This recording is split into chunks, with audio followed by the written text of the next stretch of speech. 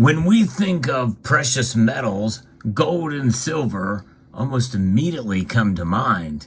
However, if you've been paying attention long enough to the market, you know that platinum group metals are also considered as a part of your investment portfolio, as they say. In this video, we're going to talk about the similarities and differences between gold and silver, which are the main focus of precious metal investors out there. So before you spend a dime on these metals, you should know the following as we explore.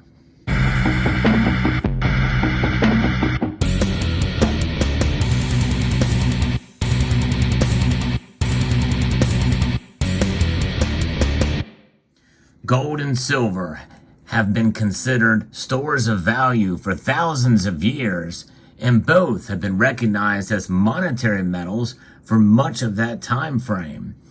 And it's really only in recent history when we've seen most of our money be debased, and essentially our money has become unsound. And really the way things are going, they've also become insane. We'd like to think about a return to a sound money standard. In fact, some talk about a gold standard or a bimetallic standard, but in the end, we're getting ahead of ourselves there. But there's some differences and some similarities that we should know about these metals. What are the similarities between gold and silver? Well, they are ways to hedge against economic instability. Both metals are. Both metals are a store of value. Both have been recognized, as I mentioned earlier, for thousands of years as a store of value, and also a thing of beauty. They have their own attributes that are distinctive that I'll talk about when I talk about differences. However, because they are liquid, because they are beautiful, because they do not erode or go away, and they have an element of beauty to them that I think attracts people to these metals. Silver is very shiny. Gold is very shiny. And they can be stamped out into various different designs, such as the examples that you see here in the form of a gold and silver Libertad. They have other similarities in the fact that they are recognized around the world as monetary metals and by mints that mint these bullion coins and collector coins to this day for both collectors and for those who want to protect themselves and hedge against economic instability. Both metals are traded and tracked with their price on the markets. Both metals have been the victim of manipulation through the markets, for sure. And both metals tend to move up and down around, for the same reasons. Now, obviously, they move in different ways. We'll talk about that and the differences. But there are similarities there, and that they can both move and up and down at the same time. It's not always the case, but most of the time that tends to happen. And I think it's a good idea to have both in your portfolio, at least gold and silver, before you consider riskier investments as a way to hedge against economic instability and against devaluation of the dollar, otherwise known as inflation. That are some of the similarities between these two metals. They can be refined, for in different purities, typically 90% or 3 nines or 4 nines. Examples that you see here before you are 3 nines pure, which is typical for any kind of silver or gold that is recognized in IRAs or investment, and for tax reasons as well too. So they have typically high purity, which is a similarity between the two metals. Typically, major mints around the world, when they mint one coin or round or metal in gold, they also do it in silver and vice versa. So there's another similarity. But now we're going to talk about the key differences between the metals. And I think this is something that should be considered before you spend any money on them, because both metals, they can react differently in terms of how the price is calculated and how the price moves between the metals. But first, let's talk about the physical differences. Each of these two pieces that you see here before you are both 1 ounce in weight. but as you can see, they're different size. Gold is about twice as dense as silver. It is a heavy metal because of its density. So this 1 ounce gold Libertad here may feel heavier in the hand because of that. Silver is the most reflective metal physically, and so when it is buffed to a shine, it has the highest reflectivity of any other metal in the periodic table. And because of that, because of its unique properties in that regard, and it's also the most conductive metal physically, well, it has a lot of industrial uses, and we'll get to that in a moment. Gold is often stored, and because of its beauty and the fact that it does not react at all to the environment, and that is quite an attractive quality. Gold coins of old, ancient gold coins have been found buried deep in the same state that they were the day they were buried. It does not react to the soil. It does not react in any way, shape, or form to anything, which makes it an attractive metal to have and to hold.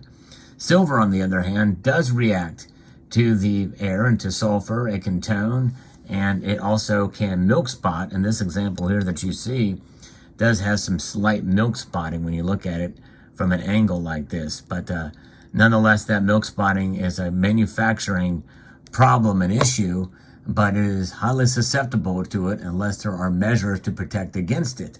It's basically a detergent problem. Whenever they burnish the blanks, they bake in the detergent, causing it to essentially cloud up like that, creating what's known as milk spots. Some people see that as an asset because in like a security feature to make sure it's pure silver. But nonetheless, that is some of the differences between them physically. Now, the rest of this, I'm going to kind of be working from an article here from Mark Yosten, and it talks about some of the differences here. And, silver is much more of an industrial metal. You've heard me talk about that many times. Way more than half of silver's uses are in industry. When you add other things like jewelry and the like, and other aspects, and silverware and all of that, and plating for other things, you can see about 75% of silver being utilized for those methods, with about 25% or less being utilized for bullion. It's more tied to the global economy. Half of this silver is used in industry and also technology as well. And we also have the photovoltaics, where we're seeing more increasing and shifting, like from photography, shifting from photography to photovoltaics.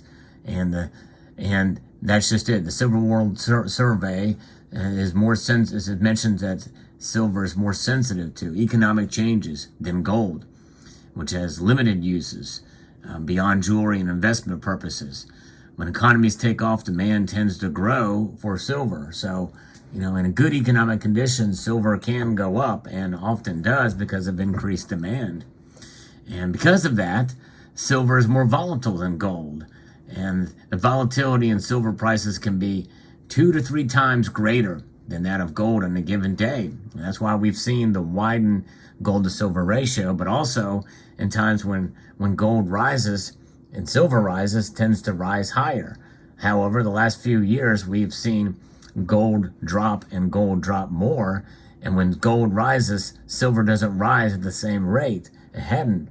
And that's because of the industrial aspect of it. While traders may benefit, such volatility can be challenging when managing portfolio risk. Hands down, there's no question about it. Silver is more risky than gold. Even though both are considered stores of value and inflation hedges, you've got to be a little bit more strategic in how you buy silver than you do gold. And that's something that frustrates many. And because of that, gold has been a more powerful diversifier than silver with regards to your portfolio, investment portfolio. Silver can be considered a good portfolio diversifier with moderately weak positive correlation to stocks, bonds, and commodities. But gold is considered a more powerful diversifier. It has been consistently uncorrelated to stocks. So it does really provide more of a hedge than silver does. And that it has had low correlations with other major asset classes, and with good reason. Unlike silver and industrial base metals, gold is less affected by economic declines because industrial uses are fairly limited.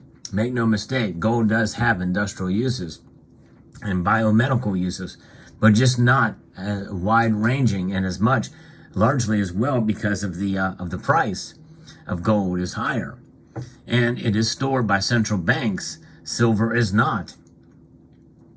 So the other thing that is different about silver than gold is that, well, silver is obviously cheaper than gold, as we mentioned.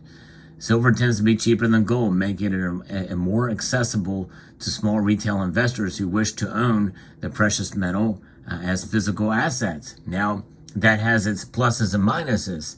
It's much easier to buy your silver 1 ounce round than it is to buy a gold 1 ounce round or coin. But because of that, and the manufacturing costs may be the same for both, you're going to pay higher premiums under normal circumstances.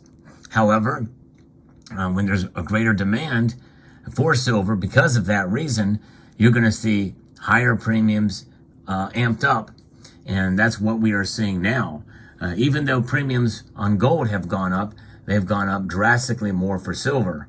And again, that works against you whenever you're considering silver and precious metals in general as an inflation hedge. This is why I have changed my focus since about 2017 to acquire more gold, to save up, to be a little bit more disciplined, and focus more on gold than silver. Now, obviously, everybody has their own strategy, and part of the reason why I am able to do that is because I feel like I have enough silver already. But you may not feel like you have enough silver already, especially if you feel like time is limited given current economic situation and what's going on in the world today. It's very tough to kind of start out right now, stacking, especially from scratch, and especially if you're on a limited budget. You may not have time to save up for a full ounce of gold. There are fractional gold options out there, and very inexpensive fractional gold options out there. But I would encourage you to assess the situation, your budget, and buy within your budget no matter what. In other words, no matter what kind of advice that anybody gives you, it all boils down to your own abilities to be able to buy or not buy a particular product at a particular time. But my feeling is, if I was going to advise a new silver stacker out there, is to accumulate maybe a fair amount of silver, like let's say 50 or maybe 100 ounces, and then seriously consider a fractional gold option that's less expensive, maybe a 20 franc gold coin, what's known as a Latin monetary unit gold coin, which sell for very low premiums, or perhaps some of the Mexican gold, like the dos y medio pesos, or 5 pesos, 10 pesos, 20 peso, 20 peso pieces. Those typically sell for a lower premium than regular bullion options. In other words, your tenth, your quarter, and half ounce gold coins. But in any event, the quarter ounce gold coin would be considered a sweet spot if you're going to do strict bullion, like a bullion eagle or that type of thing. But you must think about strategies whenever you're buying, and you must fully understand premiums, and fully understand that where these metals also come into play in similarities is that they will certainly react to market fluctuations, and they can move wildly. Both of them can, enough that whenever you make a purchase, you must be prepared to take a loss in the immediate, right after you make that purchase. But that loss is only realized if you sell immediately. And I would encourage you not to do that, and encourage you to buy both metals for the long haul, and work out your strategy for what you want to do. I think it's a good idea to have both metals in your portfolio. So there you go. So I hope you found this video insightful and useful. I think this is a good message for new stackers, but also for those who've been stacking for a while. It's a good reminder. Let me know what your thoughts are in the comment section below. I'd like to extend a multitude of gratitude to you all for taking the time to watch, and to encourage you to please rate, share, comment, and subscribe.